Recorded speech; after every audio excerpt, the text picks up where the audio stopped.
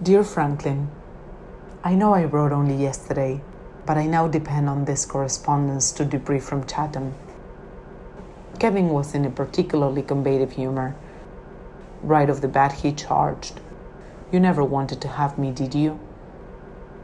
Before being impounded like a pet that bites, Kevin wasn't giving to asking me about myself, and I actually took the question as promising. Oh, he reached for it in dull restiveness, pacing his cage, but there's something to be said for being bored out of your mind. He must have previously recognized that I had a life in order to go about ruining it in such a sense of purpose. But now he had further appreciated that I had volition.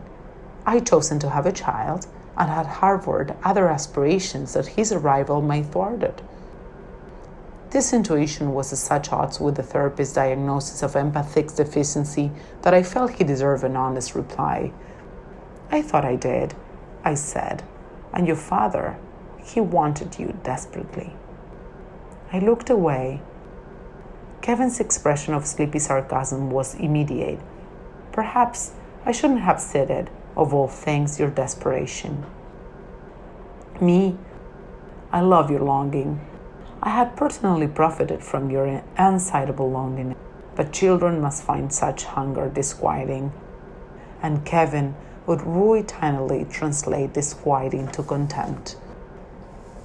You thought you did, he said. You changed your mind. I thought I needed a change, I said. But no one needs a change for the worse. Kevin looked victorious. For years, he had tempted me to be nasty. I remained factual, presenting emotions as facts, which they are, affords a fragile defense. Motherhood was harder than I expected, I explained. I've been used to airports and sea views, museums. Suddenly I was stuck in the same few rooms with Lego. But I went out of my way, he said with a smile that lifted lifelessly, as if by hooks, to keep you entertained. I had anticipated mopping up vomit, baking Christmas cookies. I couldn't have expected. Kevin looked at me. I couldn't have expected that simply forming an attachment to you, I phrased as diplomatically as I knew how, would be so much work, I thought. I took a breath. I thought that part came for free. Free, he jeered. Walking up every morning isn't free.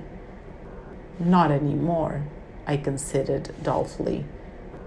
Kevin's and my experience of day-to-day life has converged. Time hangs off me like molting skin. Ever occurred to you? He said slightly.